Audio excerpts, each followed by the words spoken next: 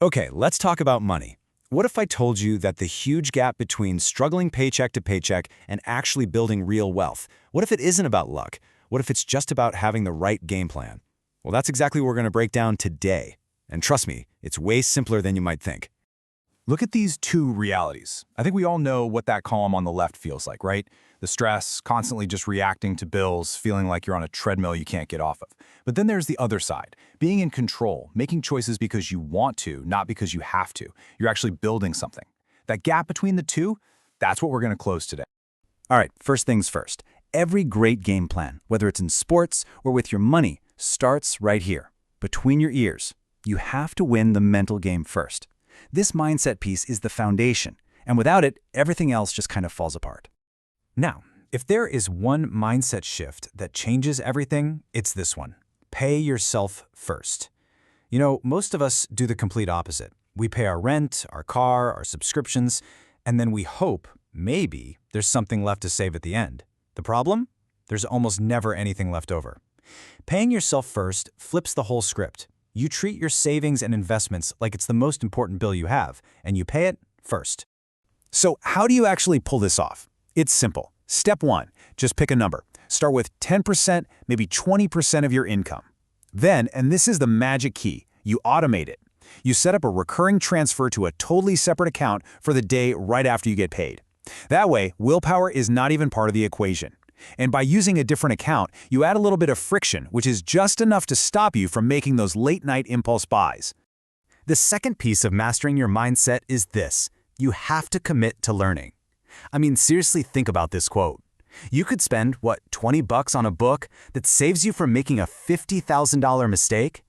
I don't know about you, but that's an absolutely insane return on investment. And look, getting smarter with your money doesn't mean you need a degree in economics. It's about small, consistent habits. Can you read one finance book a month? For sure. Can you follow some smart people online who actually know what they're talking about? Of course. The goal isn't to become an expert overnight. The goal is just to make learning a regular part of your routine. Okay, so you've got the right mindset locked in. Now it's time to go on offense. This is the fun part. This is how you actively build wealth and, start putting some serious points on the board. This number right here, it's a total game changer. The average millionaire has 7 different ways they make money. Meanwhile, most of us, we have one, our job. And this isn't just about getting super rich, it's about security. It's about building a financial fortress so that if you lose your job or have a medical issue, it's a setback, not a total catastrophe. Now, don't get overwhelmed. The goal isn't to get all 7 of these overnight. The goal is to just add one more. Do you have a skill you could freelance with? Could you start a small side project? The idea is to slowly build up your income so you're not totally dependent on that one single paycheck.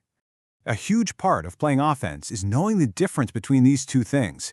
And honestly, the definition couldn't be simpler. An asset puts money into your pocket. A liability takes money out of your pocket.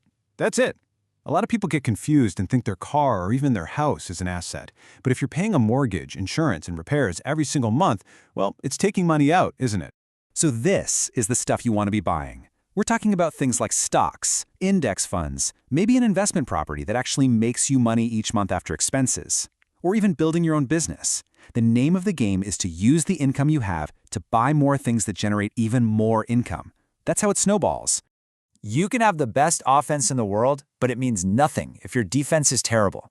Financial defense is all about protecting your hard-earned money. It's about getting rid of the things that are actively draining your bank account and holding you back. And the number one enemy of wealth? It's high-interest debt. I mean, just look at this number. Let it sink in. On a $5,000 credit card balance, you could end up paying more than $7,000 in interest alone. That's money that should have been working for you, invested, growing, but instead, poof, it's just gone. It's literally throwing money away. So how do you fight back? Well, there are 2 main strategies, and they're both great. You have the debt avalanche, where you go after the debt with the highest interest rate first. Mathematically, this saves you the most money. Then you have the debt snowball. Here, you attack the smallest debt first, which gives you these quick wins and builds incredible momentum. So which one is better? Honestly, the one you'll actually stick with. All right, we've talked mindset, we've talked offense, we've talked defense, but knowledge is pretty useless if you don't do anything with it. So now it's time to make your first move. Let's put this whole thing into a simple, actionable plan. And here it is, the entire game plan, all on one slide. It's really that simple. 1. Master your mindset. 2. Play offense. And 3. Play defense. That's it. That is the whole strategy.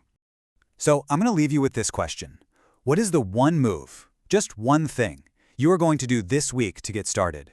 Are you going to set up that automatic transfer? Are you going to buy that book? Maybe you'll just write down all your debts. Don't try to do it all at once. Just pick one thing and start playing the game.